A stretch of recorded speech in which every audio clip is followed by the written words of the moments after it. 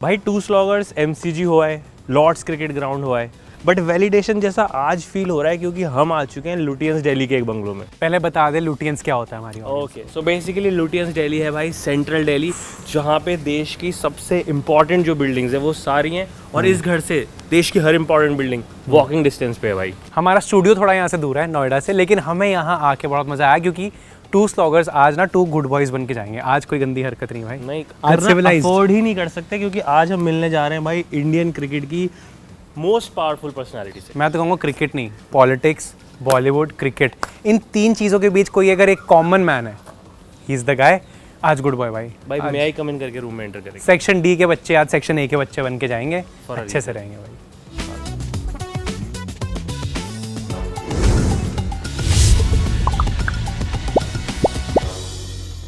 Sir हम दोनों 15-20 साल से क्रिकेट देख रहे हैं, बट जब एज ए फ़ैन हम देख रहे थे, अगर हमें कभी किसी ने बताया होता कि ऑन अ संडे इवनिंग हम ऐसे कैजुअली बैठे होंगे इंडियन क्रिकेट के सबसे पावरफुल ह्यूमन बीइंग के साथ, we would have never believed. So first of all thank you so much, आपने एक संडे आफ्टरनून हमें टाइम दिया। Thank you so much sir for speaking to us. और हम बहुत क्यूरियस हैं एज ए क्रिकेट फ़ैन, इतनी सारी स्टोरीज़ हैं आपके पास, आज हम कोशिश करेंगे उसमें से मैक्सिमम हम आपसे पूछ पाएँ। और फर्स्ट क्वेश्चन तो मेरा यही है, अब हम एक फ्रेम में आ गए हैं, क्या ये फ़ोटो दिखा के मुझे इंडिया के स्टेडियम्स में एंट्री मिल सकती है without ticket? First of all, at the outset, thanks a lot for interviewing me, and whatever you'll ask, I'll try to respond as much as I can within the drawn parameters. But if it's in India, you can most welcome to watch the match. Passes are only in Indian subcontinent. Indian culture. India, Pakistan, Bangladesh. But if you go to abroad, there's nothing called passes. No complimentary ticket. Everybody will have to buy tickets. And even BCCI buys ticket. If there's a match in England, we buy ticket from English Cricket Board.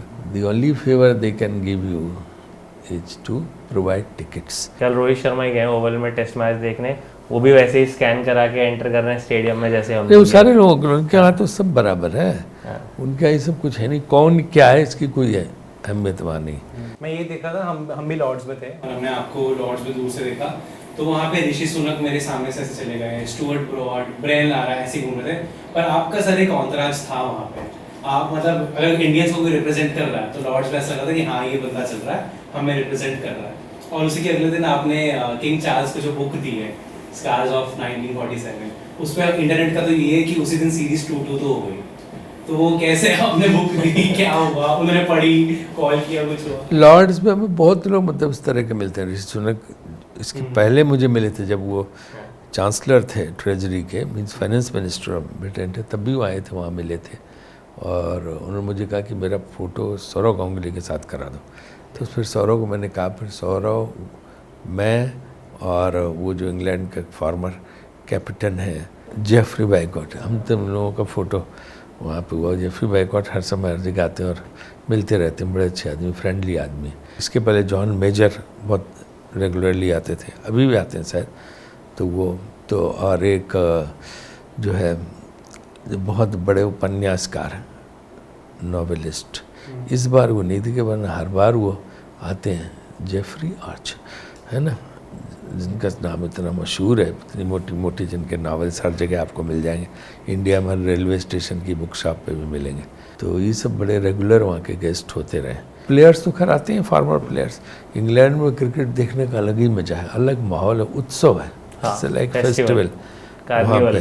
हाँ, तो वो cricket देखने का वहाँ जैसा मज़ा कहीं नहीं है। तो ऑब्वियसली है कि सब आपको मिले होंगे सारे लोग। जहाँ तक मेरी बात है तो मैं तो समझता नहीं कि मैं कोई बड़ी भारी वो तोप हूँ या कुछ हूँ जो वहाँ पे। ठीक है, सब जो आपने बुक दी है उसके बारे में बताओ। सपोर्टर ऑफ इंडियन यूथ की लैंग्वेज में कहीं बहुत स्टड मोमेंट था वो, कि आपने उनके किंग को बुक पकड़ा दी कि क्या किया है तूने, देख 47 से पहले। नहीं, वो तो टीम मिलने जा रही, टीम के लेके गए थे वहाँ पे टीम के साथ। तो वहाँ पे जैसा जी नहीं जा पाए क्योंकि यहाँ उनको ICC मीटिंग में सिंगापुर जाना था, तो उनके पैलेस में जहाँ वो रहते हैं एक्चुअल, वहाँ पे मीटिंग थी, तो टीम को लेके गए थे। तो पहले उन्होंने, ये मेल टीम इनवाइटेड थी, फिर किंग के यहाँ से मैसेज आया कि नहीं सब, अगर जब यहाँ पे विमेन टीम भी है इंडिया की तो उसको भी बुलाना चाहिए। वो लोग खेल रहे थे रोज़ बॉल में, तो उन लोगों को बुलाया गया और वुमेन टीम भी साथ में गई। मुझे कहा गया कि भाई कुछ न कुछ इनको प्रेजेंट करो आप, है ना, कोई चीज़ दो। वो मेरी किताब एक कॉपी पड़ी हुई थी तो वही मैंने उनको दी थी। वो किताब थी स्कार्स ऑफ 1947 जो पार्टीशन के वक्त के उसमें, तो उन्होंने उसको देखा तो ही took lots of interest in that. और उन्होंने कहा कि अच्छा ये क्या what have you written about us and all that. So खैर उनको उन्होंने बताया, तो वो किताब का इसलिए ज़्यादा वायरल हो गया। टाइटल उसका और किंग चार्ल्स। हाँ, पार्टीशन पे तो ब्रिटिश शर्स को ही रिस्पॉन्सिबल ठहराते हैं। तो अगर उन्होंने उनको किताब दो तो यह की है, लोगों ने कहा कि जी बड़ा साहस का काम किया। मैं नहीं समझता कोई साहस है, किताब तो ऐसी है कि जो ऑथर लिखता है तो सबके लिए लिखता है, तो उसमें कोई नई बात नहीं। लेकिन ऑब्वियसली मतलब ही took lots of interest in that book and he is taken it inside to the palace. और एक और बेस्ट फ्रेंड है आपके, शाहरुख खान, उनको अभी नेशनल अवार्ड मिला है कल परसों ही। मुझे लगता है नेशनल अवार्ड जो है, मतलब मैंने तो बधाई भी दी है, लेकिन बहुत देर से उनको मिला। वो बहुत डिज़र्व करते थे, वो बहुत पहले डिज़र्व करते थे। आप ये नहीं कह सकती कि उनकी ख़राब फिल्म है, इसमें ख़राब एक्टिंग की, उसमें अच्छी एक्टिंग की। मुझे लगता है लगातार अगर देखो तो कंटिन्यूटी है उनकी एक्टिंग में, तरह तरह के रोल उन्होंने किए और ज़बरदस्त रोल किए। तो मुझे लगता है कि कम से कम 10 साल लेट है ये अवार्ड जो उनको मिला। नेशनल उनका हमेशा था, उनको फिल्म फेयर वगैरह तो मिलते ही रहते थे, लेकिन ये अवार्ड उनके लिए अहमियत था। हमेशा बोलते थे कि नेशनल अवार्ड नहीं मिला। आपकी फेवरेट शाहरुख सर की मूवी? नहीं, मैंने आपको कहा ना उनकी सारी मूवीज़ मुझे पसंद है। एक तो कोई नहीं, एक अब एक कैसे सिंगल आउट करें बताओ। तो ये उनकी सारी मूवीज़ मुझे, मेरी चक दे इंडिया और कल होना हुआ है। चक दे इंडिया बहुत अच्छी मूवी, चक दे इंडिया का कॉन्सेप्ट बहुत अच्छा था। तो हॉकी, वो भी महिला हॉकी को तब इतना पॉपुलर करना बड़ा मुश्किल काम था।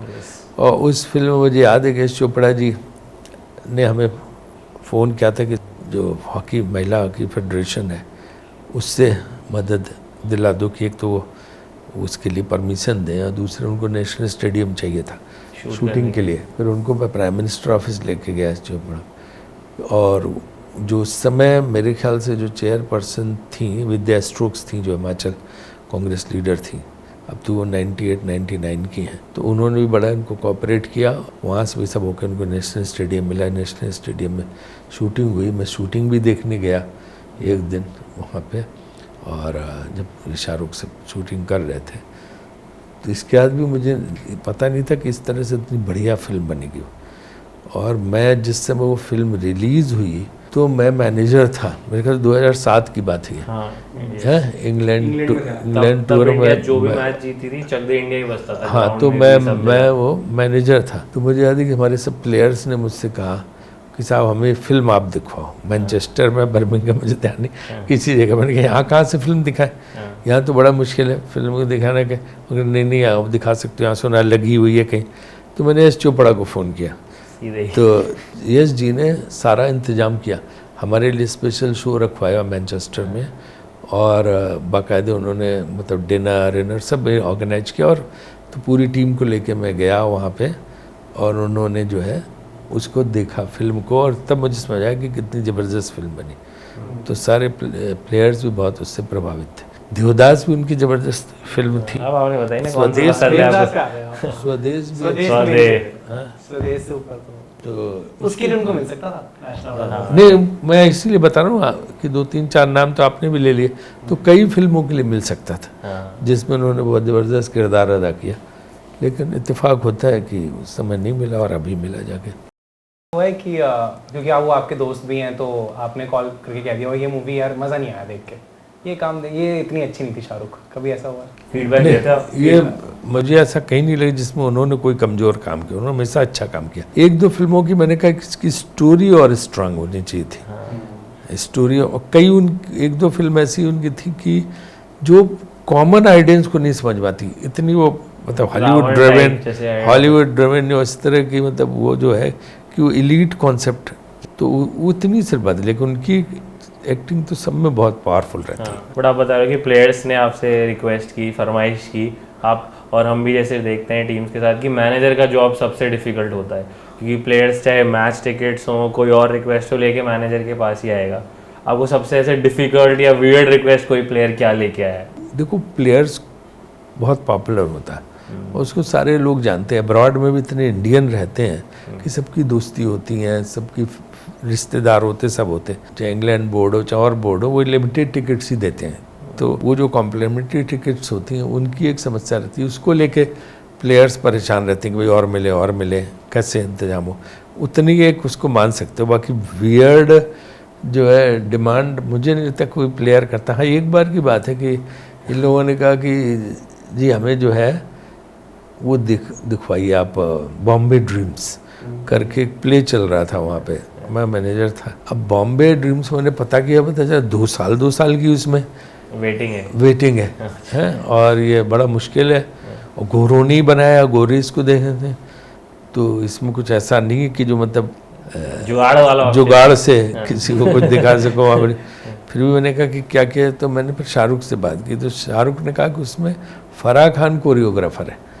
हाँ, फराह ने कोरियोग्राफी की, मैं उससे बात करता हूँ। फिर शाहरुख ने बात की और फिर लोगों ने, जो लोग ये बॉम्बे ये ड्रीम्स जिनका था, उन्होंने इनवाइट किया हमारी टीम को फिर कि आप ये यहाँ पे हम आपको जो है मतलब डिनर भी खिलाएंगे और वो भी मुफ्त में दिखाएंगे। तो उन्होंने टीम इंडिया को पूरा दिखाया, हम लेके गए एक बस में बिठा के प्लेयर्स को, उन्होंने बॉम्बे ड्रीम्स देखा और जो है उन्होंने सब डिनर वगैरह का भी इंतजाम किया। तो बहुत अच्छी तरह से था। अब ये वियर्ड रिक्वेस्ट तो नहीं है, जेन्युइन रिक्वेस्ट मैं कहूँगा। पर किसकी, कौन से प्लेयर की सबसे बड़ी डिमांड थी कि बॉम्बे ड्रीम्स देखना? सब, सचिन हो चाहे ये राहुल हो, सौरभ भी थे तब, सारे लोग थे। 2007 टीम धोनी भी थे, सारे लोग थे। थोड़ी एलीट चॉइस है ना, ऐसे बॉम्बे ड्रीम्स देखना है, थोड़े हीरो वाली चॉइस। वो क्या है ना कि वहाँ उसी की धूम चल रही थी उन दिनों, बॉम्बे ड्रीम्स की। तो जब वहाँ जाएंगे तो लोगों को पता चलता है, तो इससे वो देखना चाहते हैं।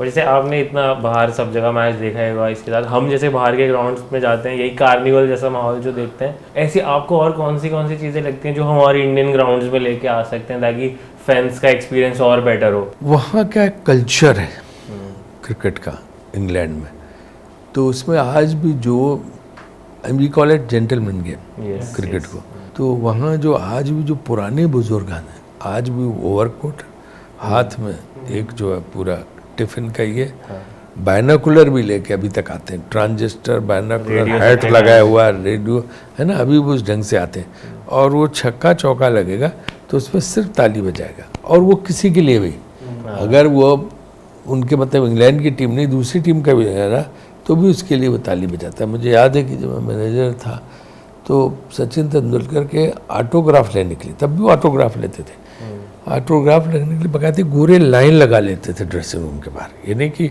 एक साथ टूट पड़े, सब क्यू में खड़े हो जाते थे और वो बारी बारी से साइन करके वो उनके जो भी वो डायरी है जो लाते थे उस पर करके देते जाते थे। तो इतना डिसिप्लिन्ड होके मतलब वो जो बाहर के प्लेयर हैं उनको भी पूरा सम्मान देते हैं और उनके भी फ़ैन होते हैं। तो उनके अंदर की बड़ा ज़बरदस्त कल्चर है। और रोज़ मैं देखता था कि दर्जनों चिट्ठियाँ आती थी लोगों की, पता है ड्रेसिंग रूम पहुँची इतनी डाक पड़ी हुई, वो खोलो तो तमाम वही जो फैन मैसेज इंग्लैंड के, हाँ वो सब ज़्यादातर उनमें ये होते थे ब्रिटिशर्स, वो इसकी होना चाहिए प्लेयर, ऐसा सब वो अपने आइडियाज़ ये सब, तो वो फ़ैन मेल भी बहुत आती थी।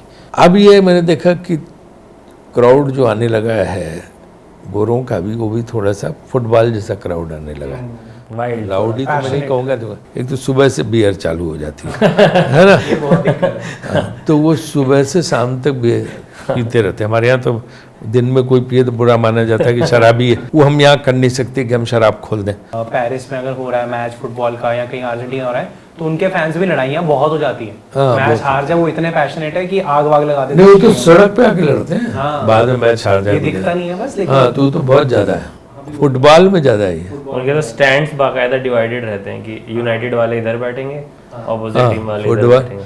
और मैं एक बार वहाँ था, मैनचेस्टर यूनाइटेड के जो चेयरमैन थे उस समय थे बॉबी चार्ल्टन, बुजुर्ग से बूढ़े से, लेकिन उन्हीं की कैप्टनसी में इंग्लैंड फुटबॉल का वर्ल्ड कप जीता था। फुटबॉलर ही थे। हाँ, फुटबॉलर थे, कैप्टन थे इंग्लैंड के, उन्हीं को उसमें जीता था।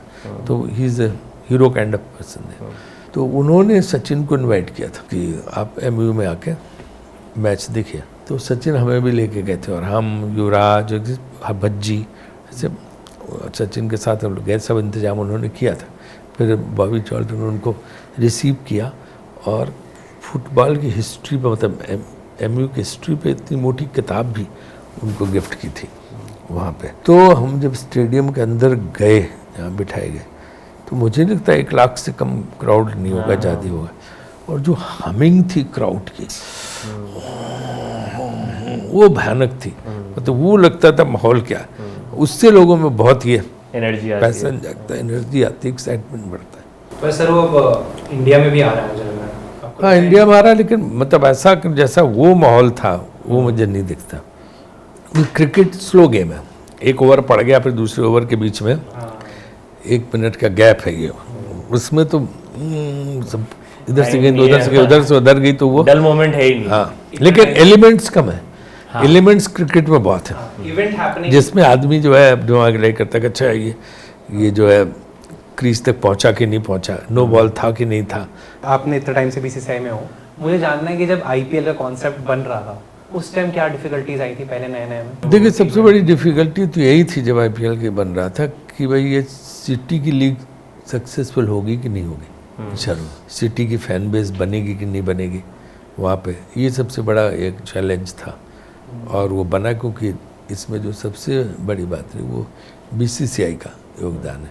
BCCI की वजह से हर बोर्ड ने अपने इंटरनेशनल प्लेयर्स प्रोवाइड कराए हमें, तो उसकी वजह से पूरे वर्ल्ड के जब टॉप प्लेयर्स आते कहीं, और उनका कॉम्बिनेशन आप बिठाते हो इंडियन प्लेयर्स के साथ, फॉरेन प्लेयर्स को इंडियन प्लेयर्स के साथ मिलकर तब टीम बनती है। और पूरा जो है इंग्लिश प्रीमियर लीग की तरह उस कॉन्सेप्ट को रखा गया और उसको बहुत हाई एंड टूर्नामेंट बनाया गया। हाँ, जिसमें भले चीयर लीडर्स भी रखे गए, जिसमें वो इंडियन उस तरह का क्रिकेट पहले लोगों ने देखा नहीं था, है ना। हाँ, एक तो T20 का ये, फिर उसके बाद उसकी इनॉग्रल सेरेमनी, पहला मैच बेंगलोर में हुआ था जिसमें वो इनॉग्रल सेरेमनी ज़बरदस्त, और फिर जो है इन सारे प्लेयर्स का, वर्ल्ड के सारे प्लेयर, मतलब वर्ल्ड का जो टैलेंट पूल है उसको इकट्ठा करके आपने IPL में दिखाया। ये तो बहुत ही वाइल्ड थॉट है ना कि गांगुली और पॉन्टिंग एक ही टीम में खेल रहे हैं। तो वो देखने के लिए वो लोगों को लगा कि यहाँ सबसे बड़ा टैलेंट पूल यहाँ पे आया है IPL में, तो वो लोग देखने जाने लगे और वो इतना पॉपुलर हो गया कि पूछो मत। जो आप ओपनिंग सेरेमनीज का कह रहे हो वो हम देखते हैं कि इस लेवल पे पहुंच गई है IPL की भी, एंड इवन स्टेट लीग्स पे भी अभी हम आएंगे कि अब हमें बॉलीवुड के जो अवार्ड शोज होते हैं वो उसके आगे कुछ नहीं लगते हैं। और आप तो खुद बीच में 2 बार IPL नहीं, बॉलीवुड के सारे लोग तो आते ही हैं। हाँ, उसके अलावा इंटरनेशनल उसमें भी आए, जैसे मैं जब चेयरमैन था तो कैटी पेरी आई वहाँ पे, है ना, पिटबुल आए, और भी तमाम लोग आए, और बॉलीवुड के से लोग तो थे। तो वो तो एक मैंने वो बताया ना, ये आप खुद पैशनेटली परस्यू करते हो? हाँ, वो तो पूरी IPL की उसमें बैठ के गवर्निंग काउंसिल में तय होता है कैसे कैसे किया जाए, तो उस हिसाब से इनकी इनॉग्रल सेरेमनी बनाई जाती है। पर सर आपकी एक फेवरेट IPL मेमोरी अगर पूछना हो कि ये एक IPL मेमोरी है मेरी, कोई चैलेंज भी हो, कोई मैच हो जो आपने देखा हो कि ये मुझे बहुत अच्छे से याद है, कोई एक favourite IPL memory? IPL memory तो ये सारी मेमोरीज तो मैंने बताई जितनी यहाँ पे। एक जैसे हमारी लेटेस्ट आजकल ये है कि रिंकू ने 5 बॉल 5 छक्के मार दिए, वो है कि वो अब एक फैन के दिमाग में बस गई है कि वो अब निकल नहीं सकती जब आप IPL के बारे में बात करते हो। आपके हिसाब से वो क्या है? मुझे तो लगता है कि IPL में ज़्यादातर मैचेस में लास्ट ओवर में डिसीजन हो रहा है, ये सबसे खूबसूरत बात है क्रिकेट की। किसी को कुछ पता नहीं कौन जीतेगी, तो वो एक्साइटमेंट और उस तरह के मैच, रोमांचक मैच जिन्हें बोलते हैं, वो तो ज़बरदस्त रहते हैं IPL के अंदर। किसी को कुछ पता नहीं था। कई बार कुछ प्लेयर्स ऐसा परफॉर्म कर देते हैं कि पूछो मत, जैसे क्रिस गेल ने एक बार परफॉर्म कर दिया था, है। तो वो तो रहता है कि लोगों का कि आपको लगा मैच हार रहे हैं और सडनली मैच पलट गया, जैसे रिंकू ने वो किया था KKR के लिए, गुजरात में था, कहाँ था, अहमदाबाद में था।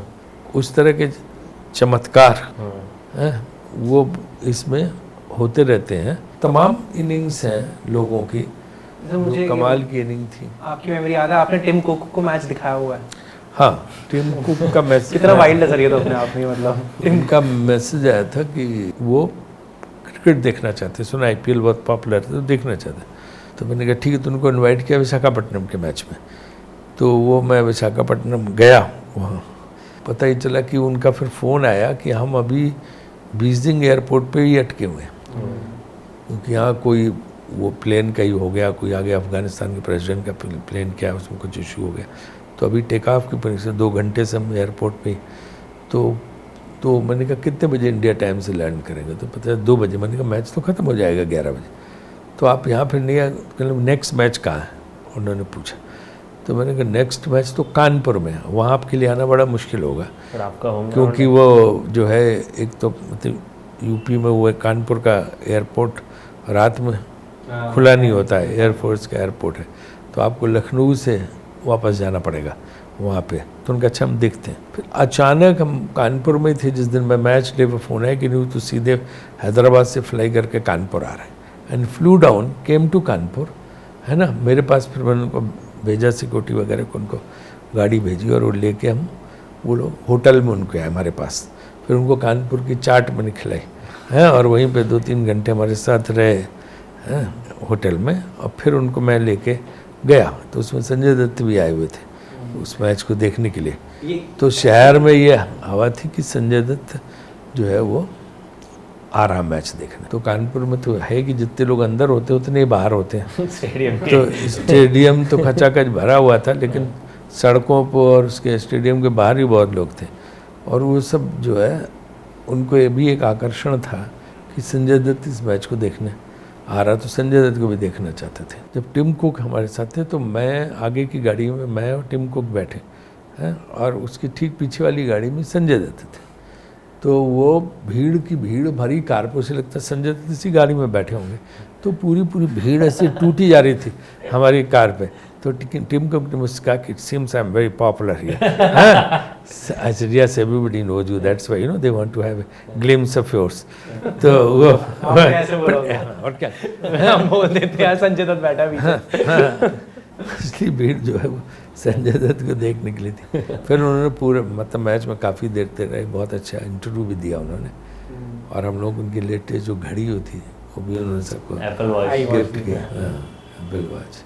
फिर वो लखनऊ रात में गए, वहीं से अमेरिका के लिए टेक ऑफ किया। बट जैसे कानपुर की बात आई गई है, तो इस पिछले कुछ टाइम में जो सबसे एक्साइटिंग टेस्ट मैच हुआ है वो भी इंडिया वर्सेस बांग्लादेश। इंडिया 2 दिन में रिजल्ट और इतना एंटरटेनिंग मैच।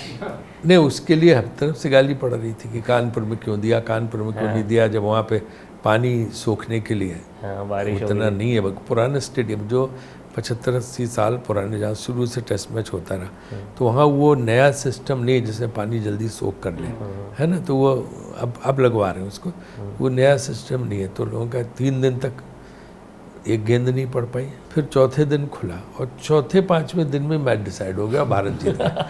तो ये भी एक कमाल चमत्कार है। तो वो देखिए रिजल्ट आ गया। बट जब भी ऐसे चमत्कारी मोमेंट्स होते हैं, आप हमेशा विसिनिटी में होते हो। वक्त के साथ जिस वक्त जो जिसका जिस समय दौर होता है उस समय रहता है, बस और क्या है। उसको लोग बोले कि नहीं आप हर जगह रहते हो, तो पहले वाले भी पहले रहे, आगे वाले रहेंगे आगे। नहीं, ये इंटरनेट पे आई एम श्योर आप भी वाले मीम्स देखते ही होंगे कि सचिन से लेकर शुभमन गिल तक सब कुछ चेंज हो गया। हाँ वही नहीं, सचिन के उसके पहले भी तो मैं देखता रहा हूँ। पहले ही हमें सचिन के टाइम से पता है, जो हमारी एज है, हम तब से अब तक आपको देख रहे हैं। तो वो तो है जब से। कैसे मतलब सर आप थक नहीं रहे हो? जैसे 35 साल BCI में हो गए, तो उस दरमियान तो बहुत लोग आए, तो इस तरह से। पर सर आपने 2 परेड देखी हैं, 2007 में जब MS धोनी की टीम वर्ल्ड कप जीत के आई थी, और 24 में जब रोहित शर्मा की टीम वर्ल्ड कप जीत के आई थी। तो आप टीम बस पे ही थे। तब तो आप टीम बस में भी थे। दोनों से ज़्यादा स्पेशल कौन सी है? अब एक चूज कर लेना सर। जो 2007 वाली, उसका एक अपना अलग सिग्निफिकेंस है, क्योंकि उस समय BCI T20 फॉर्मेट के पक्ष में नहीं था, लेकिन ICC में ज़्यादातर कंट्रीज जो है T20 का फॉर्मेट चाहते थे, तो BCI को भी मानना पड़ा कि चलो सब कह रहे हैं तो हम भी मानते हैं। तो वो पहला उसका वर्ल्ड कप था 2007 में। तो हमें लगा कि भाई इसको हम कुछ होगा नहीं इसमें। और हमारे जो सीनियर 3 प्लेयर्स थे वो ऑप्ट आउट भी किए, सचिन, सौरव और राहुल द्रविड़, कि भाई हम ये फॉर्मेट अभी नहीं खेलेंगे। तो धोनी को कैप्टन बना के यंग लोगों की टीम वहाँ पे भेजी गई उसमें। अब उसमें इत्तेफाक देखिए कि हम चैम्पियन हो गए। जब हम चैम्पियन हो गए तो हमें T20 फॉर्मेट बहुत अच्छा लगने लगा। तब से हम ये हो गया, और ये 2007 का 2008 में IPL लॉन्च हो गया, है ना। तो T20 फॉर्मेट के हम किंग हो गए एक तरह से। और वहाँ भी मिसबा बैटिंग कर मिसबाह रहा ने, था, हाँ, scoop मिसबा shot। हुआ और उसमें ये श्रीशांत ने करके किया। हाँ वहाँ पे एक उसमें चीज़ और हुई थी। उसके पहले जो है यहाँ ओवल में मैच था, वनडे मैच था, युवराज सिंह वाला, तो युवराज सिंह बॉलिंग कर रहा था, तो उसको 5 छक्के 1 चौका पड़ा। मैस्क्रेनस। हाँ मैस्क्रेनस। तो वो लौट के जब वो ब्रेक हुआ, लंच ब्रेक, तो बहुत दुखी था, खाना भी नहीं खा रहा था। तो मैंने कहा क्यों था? मैंने कहा सर आज तो बहुत बुरी बेइज्जती हो। मैंने चिंता मत कर, तू अपना लगा रहे, हो सकता है कि इसका बदला भी तुम किसी दिन ले लो, क्या पता। उसके बाद ही वो वहाँ गए और इंग्लैंड की टीम के खिलाफ 6 छक्के मारे युवराज ने, है ना। ऐसा बदला ज़बरदस्त लिया कि पूछो मत। ये कमाल होता है क्रिकेट में। इसे सर अब आज की लैंग्वेज में मैनिफेस्टेशन कहते हैं। हाँ मैनिफेस्टेशन भी कह सकते हो, आपने मैनिफेस्ट किया एंड इट हैपेंड। और डेस्टिनी भी। उस टाइम जब 2007 में आप जीत के आए, मुंबई में बस परेड कराएंगे, किसका आइडिया था?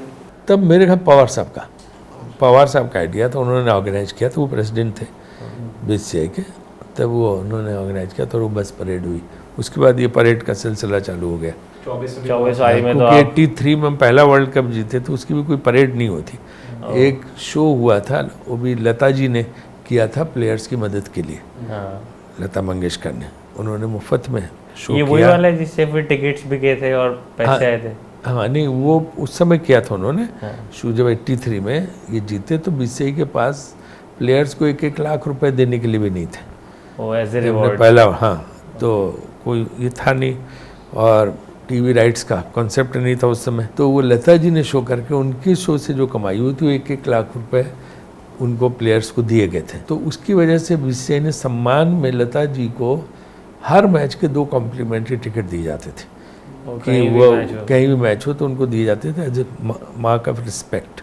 उन्होंने लिए नहीं कभी, शायद ही कभी लिए हों, लेकिन उनके सम्मान के लिए वो हमेशा ही प्रोविज़न रहा कि यह उनको दी जाए, क्योंकि उस समय उन्होंने मदद की थी। लेकिन क्रिकेट की बहुत बड़ी फ़ैन थी वो, हाँ। हर मैच देखती थी और परेशान हो जाती थी। तो मुझे फ़ोन करती थी बीच में कि अरे राजीव जी ये तो मैच कैसे हार गए, इसको तो जीत सकते थे। उस बॉलर को कोई नहीं लगा। हमने कहा दीदी इसमें कहाँ दिमाग आप लगा दी, परेशान रहते। अरे मैच ठीक है, हार गए जीत गए, आप क्यों परेशान, किस्मत नहीं रहती। लेकिन वो उनको बड़ा शौक था क्रिकेट का, ज़बरदस्त। Passionate fan. हाँ बहुत फैन थी क्रिकेट की। उनका घर भी था लॉर्ड्स के सामने। और ये 24 वाली परेड हुई, इसमें तो आप वहाँ भी थे टीम के साथ, हाँ, प्लेन में आए तो, पूरा। हाँ सबसे बड़ा जो दिक्कत आई कि वहाँ बहुत बड़ा तूफान आ गया, वेस्ट इंडीज तो में। टीम फंस गई सारी वहाँ। तो फिर वो एयर इंडिया से बात करके जो है गवर्नमेंट से, और वहाँ पे स्पेशल जहाज़ भेजा गया इवैक्यूएट करने के लिए, उन्हें निकालने के लिए, क्योंकि वहाँ से कोई एयरलाइंस चल नहीं रही थी। तो वो सब प्लेयर्स को भी लाए, और उसके साथ साथ जो पत्रकार फंस गए थे भारतीय, हाँ, जर्नलिस्ट को भी साथ। उनको भी लेके उसी जहाज से आए यहाँ पे। और फिर वो जहाज यहाँ आया, और यहाँ आने के बाद फिर उनकी मुलाकात PM से थी। PM से मुलाकात के बाद फिर वो स्पेशल प्लेन से हम लोग, नॉट एयर इंडिया का, उसका जो डोमेस्टिक स्पेशल प्लेन था, उससे बॉम्बे गए, और फिर वहीं से फिर वो रोड शो हुआ, और अपार भीड़ थी उसमें। नरीमन पॉइंट ऊपर से कैसा दिखता है व्यू? हम तो नीचे भीड़ में थे, आप बस पे थे। मतलब 2 ओशन दिख रहे थे, 2 समंदर। एक तरफ बगल में नरीमन पॉइंट का समंदर था, और दूसरा सड़कों पे समंदर दिख रहा था, लोगों के समंदर। इंडियन ओशन और इंडियंस का ओशन। हाँ, कमाल का दृश्य था।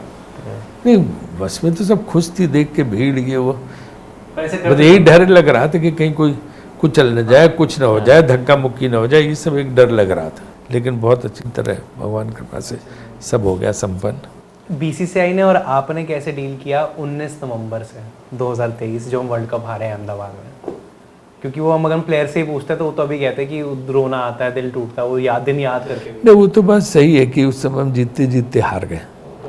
हाँ ये होता है, इस तरह की बात आती है कि उनका एक प्लेयर ऑस्ट्रेलिया का बहुत अच्छा कर गया, ट्रेविस हेड, और उसकी वजह से जो है, उससे हुई आपकी बातचीत कभी? नहीं तो बात सबसे हेटेड है वो इंडिया में, मतलब हाँ fans में। ऐसा भी कोई जो है हेट नहीं करते। नहीं, अगर नहीं, वही वो ऐसे- ट्रेविस I'm sure- यहीं आ जाए किसी मार्केट में, सब जगह लोग फोटो तो फोटो लेने लगेंगे, तो ये सब कुछ नहीं होता। वो तो उस समय नहीं, बट लोगों वो को बार लगता बार है। हमारा दिल तोड़ता लेकिन है। मैंने एक चीज देखी है कि कोई भी मैच हो, हार या जीत हो, वो हफ्ते भर तक असर रहता है। हफ्ते भर के बाद लोग अगले मैच की प्रतीक्षा कर, अगला मैच देख के फिर उस पर चल लग जाते हैं। तो ये जो है ताली बजाना और गाली भी खाना, ये दोनों चलता रहता है इसमें। हाँ, कोई ये नई बात नहीं कि इस वाले में लेकिन सर गाली नहीं थी, ये हार्ट ब्रेक था। रोहित शर्मा ने खुद बोला 2 महीने तो मतलब ऐसा था कि जब तक वो वर्ल्ड कप नहीं जीते अगला 6 महीने बाद जो था। हाँ, अब तो ऑब्वियसली जो उनका तो डायरेक्ट स्टेक होल्डर है ना, वो खेल रहे तो उसमें कैप्टनसी, तो उसको तो बुरा लगेगा। इतना बढ़िया खेल के आए और 1.5 लाख लोग स्टेडियम में जीतते जीतते हार गए। पीएम भी आए थे उस दिन, हाँ, और उनको अवार्ड देना था, उन्होंने अवार्ड दिया। ऑस्ट्रेलियन डिप्टी प्राइम मिनिस्टर भी था, उनके साथ उन्होंने अवार्ड दिया। लेकिन उसका जब जाने लगे तो हम सचिन खड़े हुए थे तो आ गए। उनका भाई बिल्कुल परेशान मत हो, तुम लोग अपने मन में कुछ मत लाना है, खेल में ऐसा ही होता हार जीत। तो सर जैसे आईपीएल तो स्टार्ट ही इंडिया से हुआ, फिर बाकी कंट्रीज ने भी लीग मॉडल को फॉलो किया, बट विद इन इंडिया इतनी सारी स्टेट लीग्स होने लगी हैं और वो इतनी सक्सेसफुल भी हो रही हैं। जैसे यूपी T20 के तो विजनरी आप हो, और उसमें से लास्ट ईयर में देख रहा था 13 players made it to the IPL. इसमें कोई शक नहीं कि आईपीएल की सफलता के बाद वर्ल्ड वाइड लीग्स का प्रचलन बढ़ा। उसका बिग बैश तो ऑस्ट्रेलिया में थी और वो डोमेस्टिकली काफ़ी पॉपुलर है, लेकिन फाइनेंशियल टर्म्स में शायद उतनी बड़ी नहीं हो पाई। और Caribbean Premier League West Indies cricket board ने शुरू की, जिसमें ज़्यादातर इंडियन फ्रेंचाइजी गए आईपीएल वाले। साउथ अफ्रीका में भी शुरू हुई है, इंग्लैंड ने 100 शुरू किया है ना। तो ये बहुत जगह लीग का एक दौर चल रहा है। और प्राइवेट लीग्स तो बहुत होती हैं, इतनी प्राइवेट लीग जिसको देखो वही लीग करा रहा। तो इसका एक ही मैं देखता हूँ फ़ायदा कि जो रिटायर प्लेयर हैं इंडिया के, उनको एक बड़ी अपॉर्चुनिटी मिल रही है लीग खेलने से उनको, वरना वो घर पे बैठते हैं। ये स्टेट एसोसिएशंस जो लीग करवा रही हैं, जिसमें यूपी T20 लीग भी है, इससे क्या होता है कि नए प्लेयर्स को बड़ा मौका मिल रहा।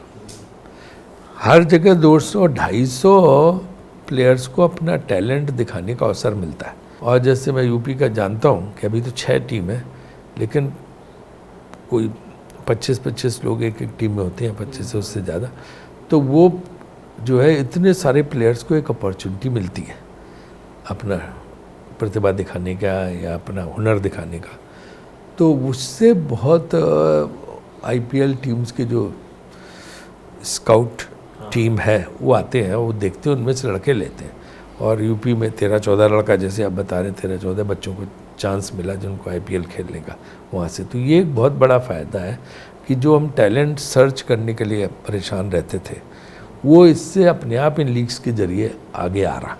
उसमें पैसे भी मिलते हैं प्लेयर्स को, और उसके साथ साथ जो है उनको अवसर भी मिलते हैं आईपीएल वगैरह। फिर वो आईपीएल में अच्छा किया तो उनको टीम इंडिया के लिए रास्ता खुलता है। तो ये तमिलनाडु ने शुरू किया, तमिलनाडु लीग शुरू हुई, कर्नाटक लीग शुरुआत में 2 स्टेट, फिर धीरे धीरे बढ़ती गई। फिर सौराष्ट्र ने भी शुरू की, उसका दौर उसने शुरू की, और हमने यूपी में शुरू की। तो ये 3रा सीज़न होने जा रहा है, इसके पहले 2 सीज़न और हुए। वहाँ तो यूपी लीग भी बहुत सफल रही। दिल्ली ने भी शुरू की, उनका भी कल इनॉग्रेशन था। पंजाब में होगी। तो अब कई राज्य इसको कर रहे हैं, जिससे प्रतिभा उत्तराखंड में भी चल, तो उससे जो है प्रतिभा खोजने का बहुत बड़ा फ़ायदा हमें मिला। और इसमें बहुत लोगों को, वैसे क्या होता है कि आप रणजी की टीम बना सकते हो 15 लोगों की, 23 की, 15 की, 19 की। अब वहाँ यूपी 25 करोड़ का प्रदेश है। ऐसे अगर देखो तो कोई 22 से 24 लड़के जो यूपी के हैं वो दूसरी जगह से आईपीएल खेल रहे हैं और दूसरे राज्य में, क्योंकि आप कितने 4-5 हज़ार लोग आ रहे हैं ट्रायल में, उनमें 15 छांटने हैं जिनको खिलाने हैं, 20 छांटने हैं, तो बड़ी मुश्किल आती। तो इस लीग से उनको खेलने को मिला, कोई 200 प्लेयर्स को अवसर मिलता है कि वो टीम का हिस्सा होके आते हैं। तो वो एक अच्छे क्रिकेटर के लिए एक फोरम है, ये प्लेटफॉर्म है जहाँ वो आ सकते हैं। मैं तो यंग प्लेयर से बात भी करता रहता हूँ। 2 प्लेयर अपने नोएडा में ही प्रैक्टिस करते हैं, वो भी ऑस्ट्रेलिया जा रहे हैं अंडर 19 में। हाँ, किशन और अमन। हाँ, तो मैं उनसे बात कर रहा था, वो ये बता रहे थे कि अब अंडर 19 लेवल पे भी सारी वो फैसिलिटीज़ मिलती हैं उन्हें कि वो बढ़िया होटल में रुकते हैं, एसोसिएशन का पूरा सपोर्ट है। हमने ये बहुत चेंज किया वहाँ। यूपी के जो प्लेयर्स हैं, चाहे 16 के हों, चाहे 19 के, चाहे 20, उनको फैसिलिटीज़ बहुत हमने देना। पहले उनको फैसिलिटीज़ नहीं मिल पाती। पहले तो बड़े बड़े प्लेयर गावस्कर वगैरह भी ट्रेन से जाते थे, ये सब भी ट्रेन से चलते थे। सबको बाई एयर किया, डालमिया जी के ज़माने में शुरू हुआ कि डोमेस्टिक उस पर भी ये अपॉर्चुनिटी दो। तो वो जो इंडियन अलायंस के CMD होते थे सुनील अरोड़ा, फिर उनसे डालमिया जी कहने मैंने बात की, फिर एक कॉन्ट्रैक्ट किया इंडियन अलायंस पर। इंडियन अलायंस ने हमें अपॉर्चुनिटी दी कि हम इतना कंसेशन दे देंगे और आप इनको प्लेन से भेजिए। वहाँ से शुरू हुआ। फिर ये सब यूपी में तो हमने सब होटल वगैरह बहुत अच्छे 5 स्टार होटल में ठहराना। पहले तो पहाड़गंज के होटलों में ठहरती थी टीमें, पैसे ही नहीं था स्टेशन के पास, है ना, तो बेचारे कहाँ से वो खर्च करते। तो अच्छे होटल में ठहराना, फिजियो ट्रेनर अच्छे प्रोवाइड करना, जिम इक्विपमेंट अच्छा रखना, जिम्स अच्छे रखना, है ना, उनकी देखभाल सारा, अच्छी क्लोथिंग उनकी, है ना, वो सारी चीज़ें, और जो है प्रैक्टिस के लिए अलग से व्यवस्था, सारी चीज़ करके बहुत परिवर्तन। इससे सब प्लेयर खुश हैं। इस बार तो और स्टेट और हर जो भी स्टेट लीग होती रही है, एक कोशिश सबकी ये रहती है कि हम IPL जैसा दिखें। तो एक IPL मॉडल सामने है, तो उसको जितनी उनकी क्षमता है वहाँ तक करके उस तरह बनने की कोशिश करते हैं। उसमें जो लड़के भी आते हैं सो वो भी उसी तरह समझते हैं कि जैसे वो खुश होते हैं उसमें। हाँ, कल जैसे दिल्ली वाले में गया, और यूपी में तो बहुत ही इसका रहता है, तो बड़ा अच्छा रिस्पॉन्स इसका मिल रहा है। यूपी T20 का टैगलाइन भी है इस बार, खिलाड़ी यहाँ बनता है। हाँ, और last year 13 player already IPL teams में चले गए, 2-3 तो IPL विनिंग टीम का पार्ट है, 4 अभिनंदन, भुवी, ये सारे। इस सीज़न आप क्लोजली फॉलो कर रहे हो यंग प्लेयर्स को कि कौन है जो अपना मार्क बना सकते हैं? नहीं, बहुत लड़के, और ये तो अचानक होता है। फ्रेंचाइजी अपने आप से सेलेक्ट करते हैं प्लेयर्स को, उनको खिलाते हैं। तो मैं देखता हूँ कि जिसने वहाँ परफॉर्म कर दिया तो एकदम निगाह में आ जाता। तो कौन प्लेयर निकल के आएगा अभी से कहना बड़ा मुश्किल, लेकिन बहुत लड़के, मतलब talent is in abundance I can say. हाँ, यूपी में टैलेंट बहुत है, तो वो कौन अपना टैलेंट दिखा सकता है और कौन आगे आ सकता है, ये देखने की बात है। कोई नया नाम भी आ सकता है। मैंने तो खुद ध्रुव जुरैल का जो राइज देखा है यूपी से, जो राजस्थान रॉयल्स में परफॉर्म किया, जो टेस्ट टीम में भी है, तो ऐसे कुछ प्लेयर्स तो यूपी से निकल के आ ही रहे हैं। हाँ हाँ, ध्रुव जुरैल देखे टेस्ट टीम में, रिंकू सिंह ने कमाल किया है ना। पहले तो उसको शाहरुख ने उस समय लिया था 40-50 लाख में, आज 14 करोड़ में वहाँ पे गया। तो ऐसे बहुत लोगों को अवसर मिल रहे हैं वहाँ पे। कब है सर रिंकू सिंह की शादी? अब नवंबर की सुनी है मैंने कि शादी है नवंबर की, या डोमेस्टिक सीजन की वजह से क्या होगा, मेरे ख्याल से दोबारा तैयार करेंगे वो लोग कि कब करनी है। हाँ, but out of the way जाके प्लेयर्स के इसमें हेल्प करते हो कि कोई अगर बोले कि सर ये पसंद आ गई है लड़की बट फैमिली नहीं मान रही है? नहीं, उसमें हम पर्सनल चीज़ों में नहीं पढ़ते, लेकिन किसी की अगर कोई प्रॉब्लम है, समस्या है, कोई काम है, कोई दिक्कत है, किसी के फादर बीमार है, किसी की मदर बीमार, उन सब में मैं ज़रूर कोशिश करता हूँ मदद हो जाए। ऐसे तो आप यही बोलोगे कि मैं तो IPL ऊपर से देखता हूँ तो मेरी कोई फेवरेट टीम नहीं है, बट फाइनल में अगर आ जाते हैं तब जैसे, तो कोई एक आप टीम किसी को सपोर्ट करते हो? तो 6 साल हम IPL के चेयरमैन रहे, और 2008 से लगातार IPL गवर्निंग काउंसिल, जिस दिन से बनी IPL, तो हमारी अपनी फेवरेट टीम कैसे हो सकती? हमारे लिए तो सब टीम बराबर, और सारे फ्रेंचाइजी मालिक बराबर।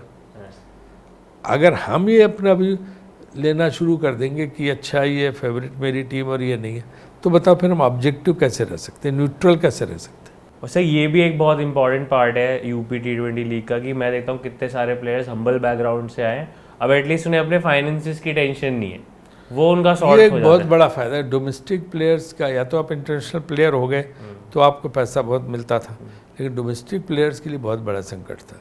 ये BCI में भी हमने डोमेस्टिक प्लेयर्स का पैसा बहुत बढ़ाया, चाहे रणजी प्लेयर हो, चाहे 19 के हो, चाहे 23 के हो, उसके नीचे, तो उनको काफ़ी हमने पैसा देना शुरू किया। तो अब वो भी जो है मतलब लखपति हैं, है ना, और अच्छे, उनकी भी अच्छी कमाई, उनका जीवन यापन भी अच्छा हो रहा है, अपने पेरेंट्स की देखभाल करते हैं वो लोग। और उसके साथ जो लीग्स हैं, लीग्स में पैसा मिलता है, जैसे यूपी में भी हमारे फ्रेंचाइजी काफ़ी अच्छा पैसा दे रहे हैं सारे, उनका ऑक्शन भी होता है, उसमें मिलता।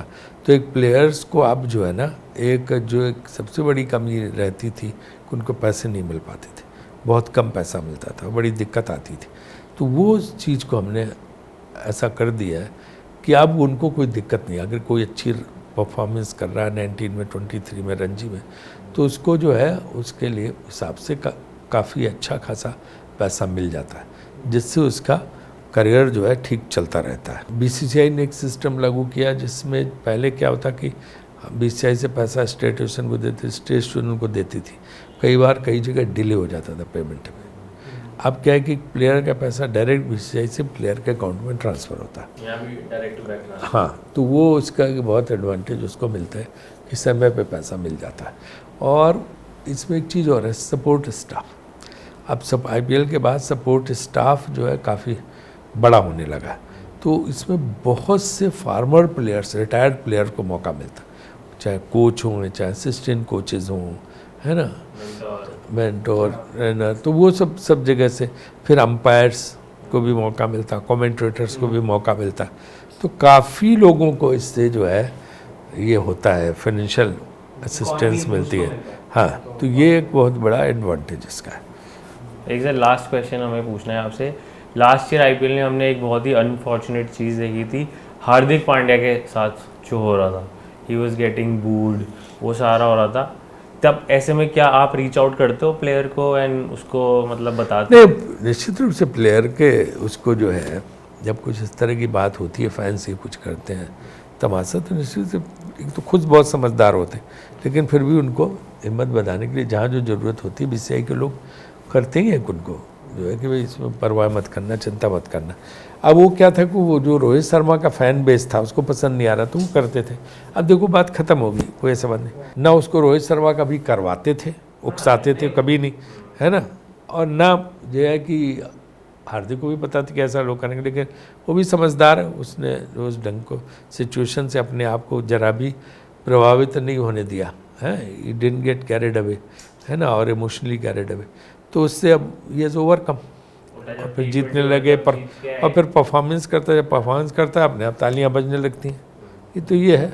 ये बहुत ज़्यादा बात होती है क्रिकेट में, एक्सपर्ट्स भी कर रहे हैं, ओडीआई क्रिकेट का फ्यूचर क्या कहाँ है? जो T20 फॉर्मेट है उसने तो काफ़ी कुछ ओवरटेक किया, लेकिन मुझे नहीं लगता कि तीनों फार्मेट में कोई फार्मेट डेड हो जाएगा या बच जाएगा। अभी आपने हमारी जो इंग्लैंड की सीरीज़ हुई, टेस्ट क्रिकेट पॉपुलर हो गया। जिस तरह के मैचेज, जो पहले लोग कहते थे, क्या कहते थे, आप भी कहते थे कि टेस्ट क्रिकेट ख़त्म हो गया, बेकार, इसको नहीं है। हर इस टेस्ट क्रिकेट को इतना लोगों ने देखा कि पूछो मत, ज़बरदस्त हुआ ये, और खचाखच स्टेडियम इंग्लैंड में भरे हुए थे। तो टेस्ट क्रिकेट जो है वो भी इस सीरीज के बाद तो ऐसा लगा कि नहीं, ये भी खूब चलेगा। वैसे ही वनडे का चलेगा। एज फैंस सबकी एक रिक्वेस्ट है बीसीसीआई से, अगर आपसे बड़ा तो कौन ही है, रोहित शर्मा और विराट कोहली को क्या एक ऐसा फेयरवेल मिलेगा जैसे सचिन तेंदुलकर को मिला था? तो रिटायर कहाँ हुए? वो जब भी होंगे, रोहित शर्मा, विराट कोहली दोनों अभी वनडे खेलेंगे ही, तो भी रिटायर तो होने, तो फेयरवेल की बात आपको करने लगे, चिंता करने लगे। तो दो फॉर्मेट तो अभी फेजेज हैं, तो उसमें अभी उसमें तो खेल ही रहे हैं ना, तो इतना परेशान होने की जरूरत नहीं है। और हमारी पॉलिसी बड़ी क्लियर है बीसीसीआई की कि हम किसी प्लेयर को नहीं कहते हैं कि आप रिटायर हो, ही उसको खुद अपना निर्णय करना पड़ता है, he has to take its call.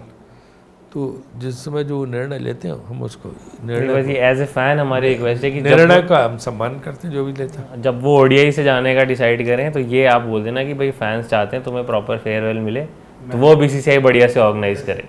यार जो चीज़ जब पुल आएगा तो बताएंगे ना कैसे क्रॉस करना है। तुम लोग पहले से ही जो फेयरवेल कराने लगे, उनका भी होनी चाहिए। अरे विराट कोहली बहुत फिट है, अच्छा खेलता है, रोहित शर्मा बहुत अच्छा खेलते हैं, अभी क्यों फेयरवेल के लिए परेशान हो रहे हो? अरे वो चले गए खुद ही, हमें तो और दिल टूटा कि रिटायर क्यों हो गए। आप तो फेयरवेल करा दे रहे हो। नहीं, हम चाह रहे हैं अच्छा फेयरवेल हो जब भी हो। ठीक है, thank you so much, thank you, thanks a lot your time, thank you so much.